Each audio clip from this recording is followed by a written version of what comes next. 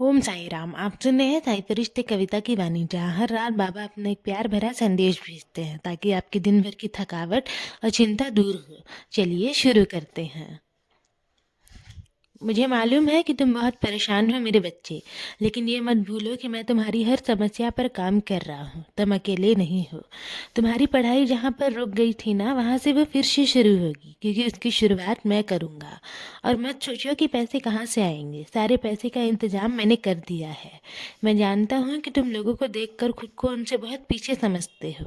तुम्हें ऐसे लगता है कि तुम्हारे अंदर कोई कला नहीं है, लेकिन ऐसा नहीं है मेरे बच्चे। हर किसी की यात्रा यहाँ अलग है और तुम्हारी भी यात्रा अलग है। मैं तुम्हें तुम्हारी मंजिल तक लेकर जाऊंगा। तुम बस श्रद्धा और शबरी बनाए रखो। कभी भी अपना मन छोटा मत करना मेरे बच्चे। हर चीज में मेरी कोई ना कोई लीला छुपी होती है, क्योंकि जहाँ तक तुम सोच नहीं सकते ना, वहाँ तक मैं सोच लेता हूँ। इसलिए विश्वास रखो। और हाँ, परिवार में यदि एक भी सदस्य परमात्मा के नाम के सिमरन से जुड़ जाता है ना, तो समझ लो मेरी कृपा उस घर पर प्रवेश कर चुकी है। मैं साक्षात तुम्हारे घर पर आ चुका हूँ। उस एक सच्चे मन वाले की भक्ति केवल उस तक सीमित नहीं रहती, उसका असर पूरे परिवार पर पड़ता है। मैं इसकी श्रद्धा को ढाल बनाकर उसके अपनों की रक्षा करता हूँ। जो नाम तुम प्रेम से लेते हो, वही नाम पीढ़ी दर पीढ़ी संस्कार बनकर चलता है। दुख, कष्ट और अभाव मेरे नाम के सामने टिक नहीं पाते। याद रखना मेरे बच्चे, भक्ति दिखावे से नहीं, सच्चे विश्वास और सब्र से पल देती है। जो मुझे मन से पुकारता है, उसका हाथ मैं कभी नहीं छोड़ता। मैं हर पल उसके साथ चलता हूँ। तुम बस मेरा नाम स्मरण करो, बाकी सब मैं संभाल लूँगा। तुम अकेले नहीं हो, मैं हर पल तुम्हारे साथ हूँ।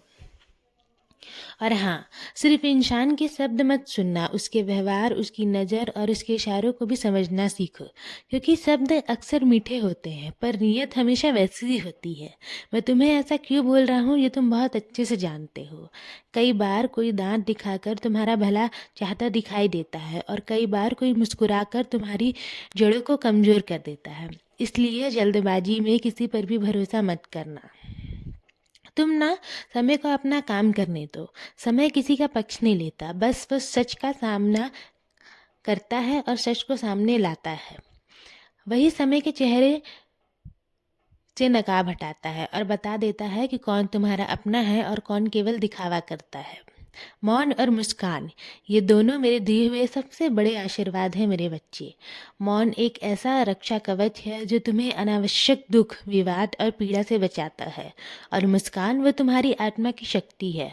मुस्कान से ना तुम उन दरवाजों को भी खोल सकते हो जो क्रोध और शिकायत से कभी नहीं खुलते।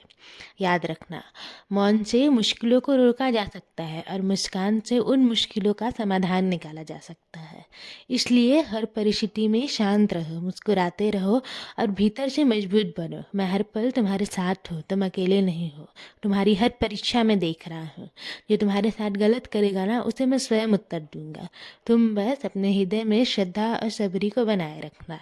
अब अपने दिल को हल्का करो। मेरी कृपा से दे तुम पर और तुम्हारे पूरे परिवार पर ऐसी ही बनी रहेगी।